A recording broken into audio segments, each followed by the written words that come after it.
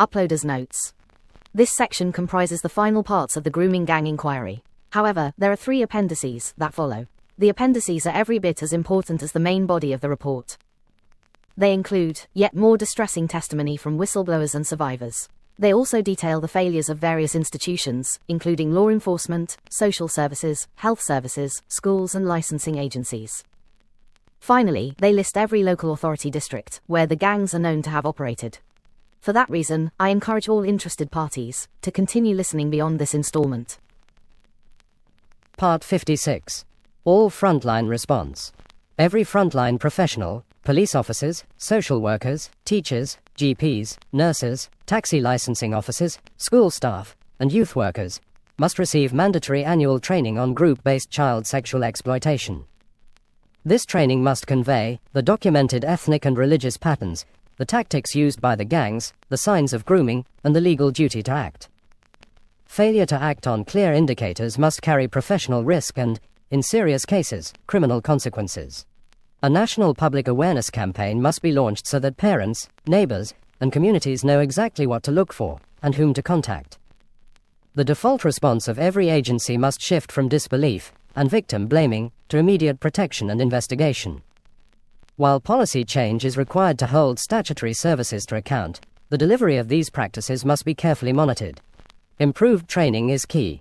Many initiatives emphasize the need for multi-agency working, but delivery, more than emphasis, is essential to effective safeguarding in practice. Previous reviews have documented gaps in multi-agency processes, many of them noticed as a result of failures of child safeguarding. A crucial point to consider is that each service has its own guidelines, practices, and processes, all of which contribute to gaps in communication, referrals, and the like. It is important that statutory services form trusting relationships with one another, as well as with other partners. This means engaging in open conversations, demonstrating professional curiosity, and erring on the side of oversharing information to safeguard children. In 2022, the British Journal of General Practice published an article on the work of Sharon Dixon, Brian E. Kendall, Jenny Driscoll and Catherine Pope. It stated, "Relationship building is at the heart of multi-agency working, and sharing stories and findings can be part of this.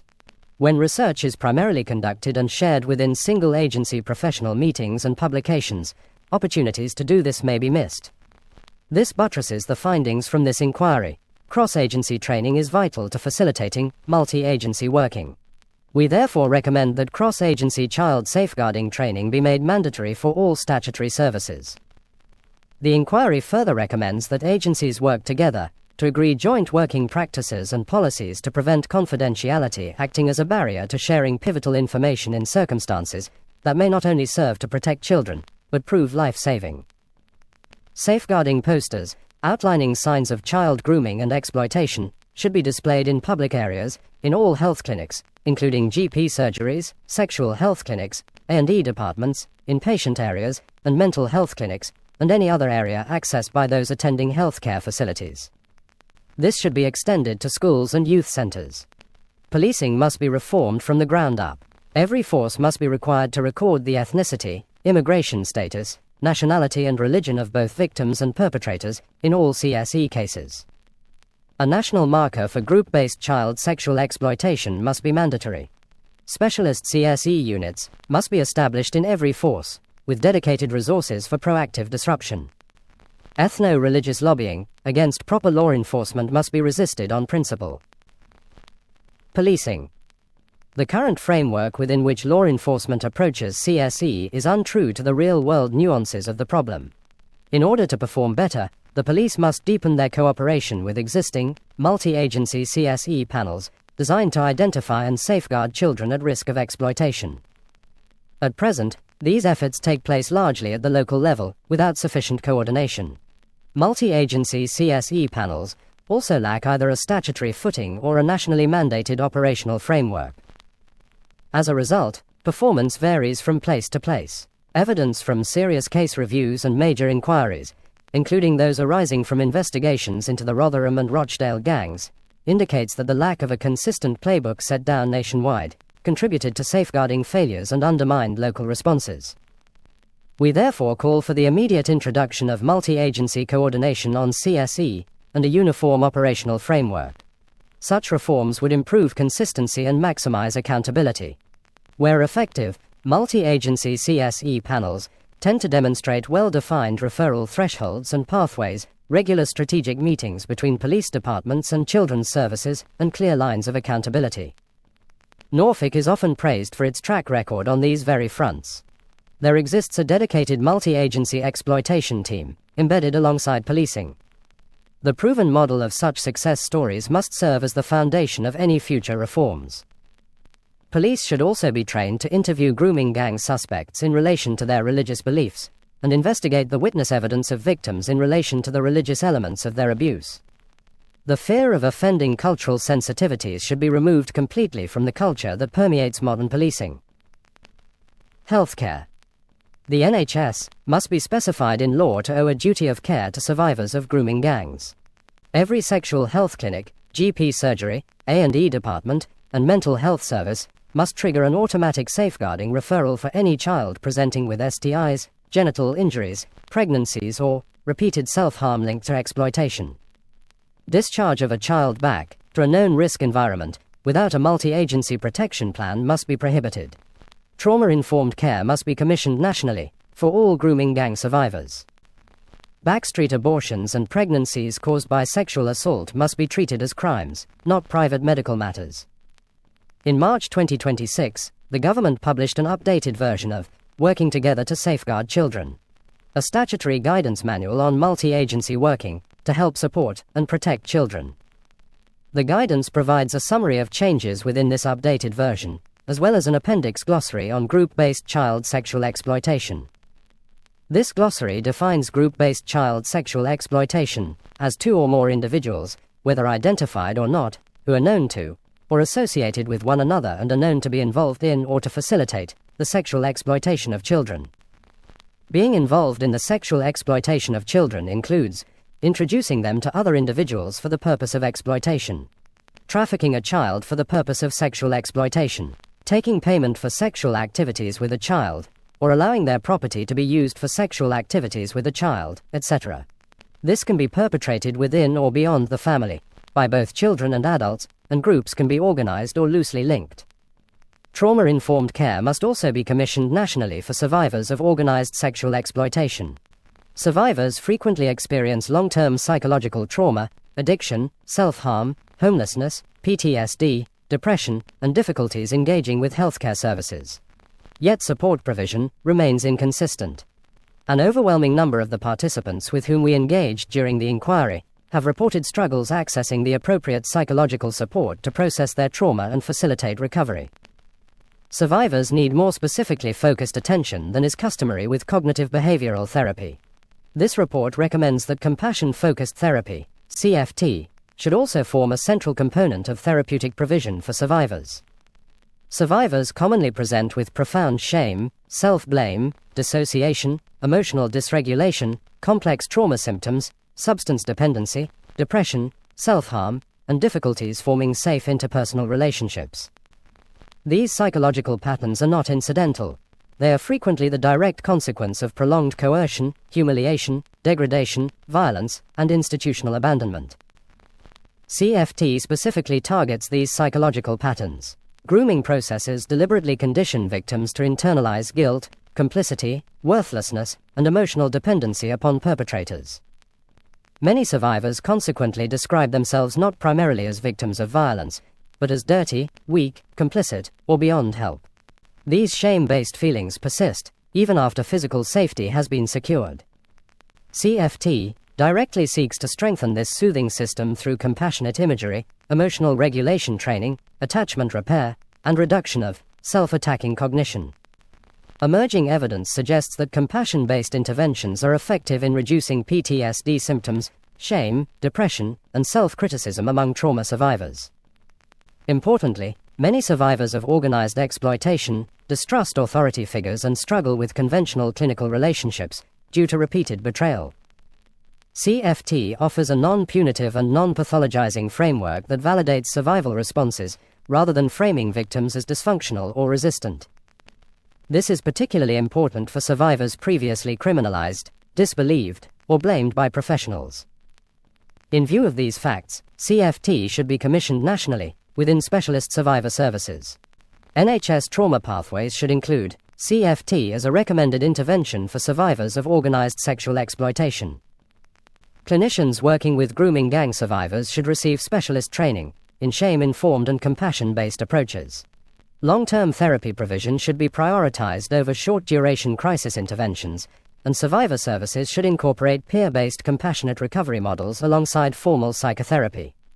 Support should also be made available to family members, especially to children and to the partners of victims of gang-based abuse. As for physical health, pregnancies in children under 16, abortions following suspected sexual abuse, concealed pregnancies, forced terminations, and suspected backstreet abortions should be treated as safeguarding and potentially criminal matters, rather than solely private medical episodes. The child must always be regarded as a victim in need of protection. As we have seen, the physical after effects of exploitation did not end when the abuse itself ended. In many cases, the trauma carried over into the lives of children born through sexual assault. The continued institutional invisibility of these children reflects a broader reluctance to confront the wider human consequences of organized sexual exploitation. As such, these children should be formally recognized within safeguarding legislation, as a vulnerable category requiring specialist support. We further recommend the creation of a national research program, examining the long-term social, psychological, developmental, and safeguarding outcomes of children born through organized sexual violence. The near-total absence of British research in this field represents a major institutional blind spot. Mandatory training should also be introduced for all frontline NHS staff, on how to identify and how to engage with the various grooming dynamics, coercive control, dissociation, trauma presentation, gang-associated abuse, boyfriend model exploitation, and honor-based abuse. Multiple inquiries have identified a recurring pattern in which professionals failed to intervene because victims were perceived as troubled, consenting, or making lifestyle choices. Last of all, we recommend the establishment of specialist NHS, child sexual exploitation units, in areas with documented histories of organized abuse. These should combine forensic medicine, safeguarding expertise, mental health services, survivor advocacy, and long-term trauma support. Their purpose would be not only treatment but also early identification of organized exploitation patterns. Every survivor should be guaranteed long-term access to specialist counseling, psychiatric treatment, sexual health care, reproductive health care, addiction support, legal advocacy, and housing assistance regardless of whether criminal proceedings are ongoing. Private prosecutions, civil litigation.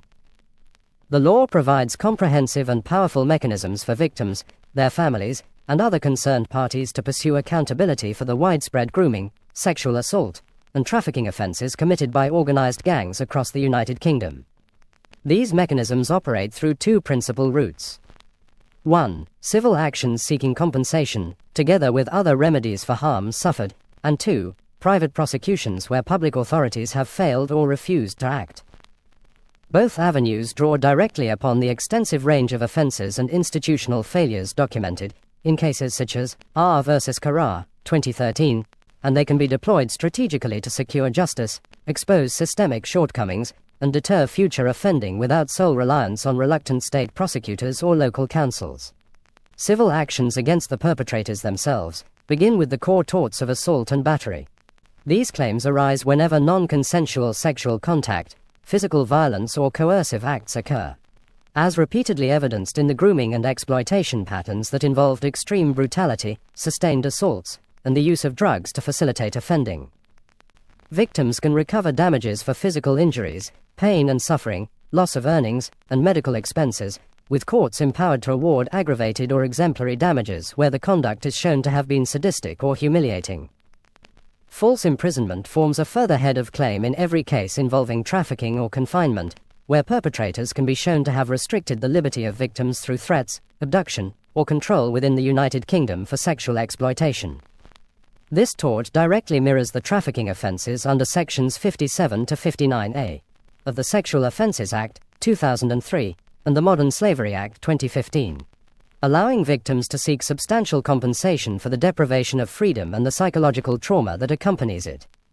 A separate, but highly relevant civil claim is available under the rule in Wilkinson v. Downton, 1897, for the intentional infliction of emotional distress.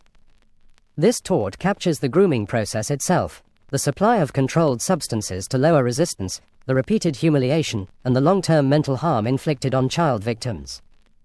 Courts have recognized that such deliberate conduct, often accompanied by threats to families, meets the threshold of outrageous behavior, calculated to cause psychiatric injury, thereby opening the door to compensation, even where physical injury is absent. In addition to these private law remedies, every eligible victim retains the statutory right to apply for payments from the Criminal Injuries Compensation Scheme 2012. The scheme explicitly covers violent sexual offences, including sexual assault of a child under 13, assault by penetration and sexual exploitation, and it operates independently of any criminal conviction, providing a safety net of state-funded awards that can reach tens of thousands of pounds depending on the severity of harm. Civil liability extends equally to public authorities whose failures have enabled heinous criminal offences. Negligence claims against police forces, local councils, social services departments, and NHS bodies succeed where a duty of care is established and breached through the systematic ignoring of reports, the failure to investigate warnings, or the prioritisation of so-called community relations over child protection. Rotherham Metropolitan Borough Council, for example, has already paid millions of pounds in settlements precisely because its institutional culture prevented effective safeguarding. Misfeasance in public office supplies an additional and potent tort where claimants can prove that officials acted with bad faith or malice, such as deliberately shelving investigations out of fear of being labelled racist. This tort requires evidence of targeted harm, but carries the potential for exemplary damages and personal liability against individual officers or councillors. Claims under the Human Rights Act 1998 have proved especially effective in this context.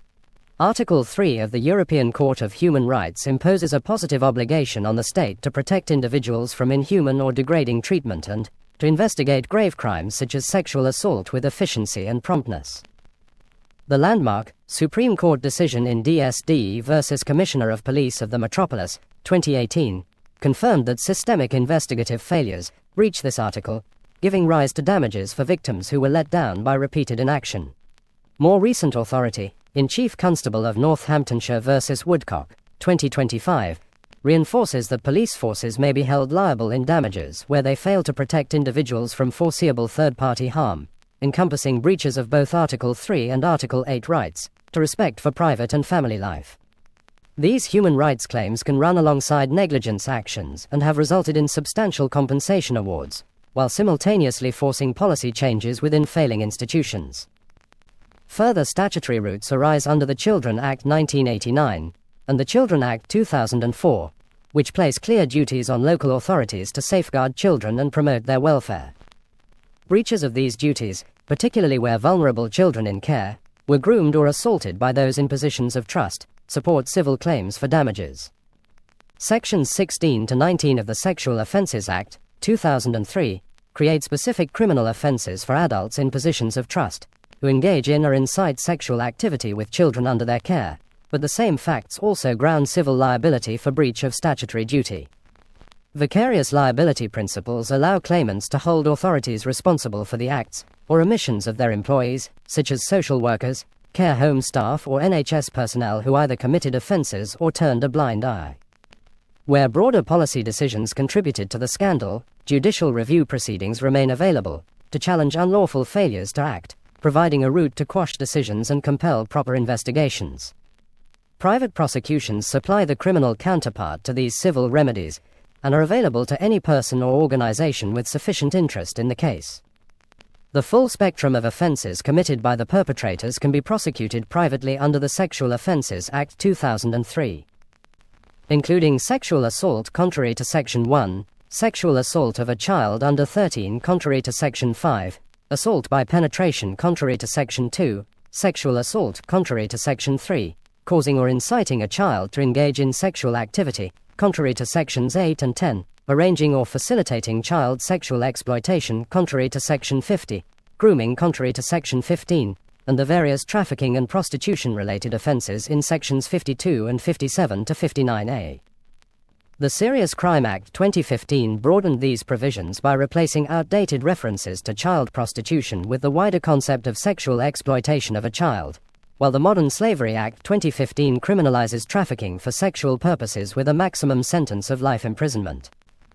Indecent image offenses, offenses of causing or inciting prostitution for gain, and even rarer but documented instances of animal cruelty linked to the offending can likewise be pursued. Where public authorities or their employees have themselves committed crimes, private prosecutions are equally viable. Misconduct in public office, perverting the course of justice, and aiding or abetting the primary offenders can all be charged against police officers, counselors, social workers, or care staff who deliberately obstructed investigations or protected perpetrators. The same principles apply to family members or community figures who shielded sexual abusers through intimidation of victims, concealment of evidence, or active assistance in the trafficking networks. Precedents, such as H.M. Advocate v. Collins, 2016, illustrate the gravity with which courts view abuse of trust in care settings, and private prosecutors can seek the same life sentences with extended minimum terms that were imposed in R v. Carrar, 2013, for the depraved, brutal, and sadistic nature of the gang activity. The procedural route for private prosecutions is straightforward yet powerful. A summons or warrant is issued by a magistrate's court upon presentation of evidence that satisfies the evidential and public interest tests, after which the case proceeds as any other criminal matter, with the CPS retaining the power to take over and continue or discontinue it. This mechanism bypasses institutional reluctance, ensures that cases such as those involving absconded offenders or protected family members reach court, and creates a public record of the offending that can support parallel, civil claims. In combination, civil actions deliver financial redress and accountability for harm, while private prosecutions deliver criminal convictions, long custodial sentences, and the public condemnation necessary to dismantle the networks. Together, they form a complete legal strategy capable of delivering justice where state agencies have historically fallen short. Part 57. Next steps. Publish this inquiry's full witness statements. Seek out further witness statements so that more victims can tell their story. Name within Parliament those found to have enabled the grooming gangs. Continue initiating civil proceedings and private prosecutions where appropriate. We have had more women come forward since our formal hearings took place. Be in no doubt that we intend for our grooming gang inquiry to have a long life, well beyond the publication of this one report. It will be updated as and when we learn more about the most horrific blight on our national story. This is the initial phase of a larger mission to make sure that no such avoidable atrocities can happen ever again. Part 58. A concluding message from Rupert Lowe MP, Grooming Gang Inquiry Chair. I want to thank you for taking the time to read our report. I hope it has gone some way to helping you understand the horror that has unfolded in almost every British town and city over the last 50 years. Participating in our hearings, listening to the survivors, was the most harrowing experience of my life. It is impossible to understand how such evil has been allowed to flourish on such a horrifying scale. This inquiry was founded because the authorities, the politicians, and the civil service failed to act. Everyone failed to act. We will not make that same mistake again. We will provide a platform for further victims to tell the nation their story. I will name perpetrators using parliamentary privilege, and we will aim to put those people in prison through cooperation with the relevant authorities. If they fail to take the necessary steps, we will deploy private prosecutions to obtain justice at last. The ultimate objective of our inquiry is clear: put sexual abusers and their enablers behind bars. There will be more news to come very soon on that front. Thank you for your time and attention in reading this historic report.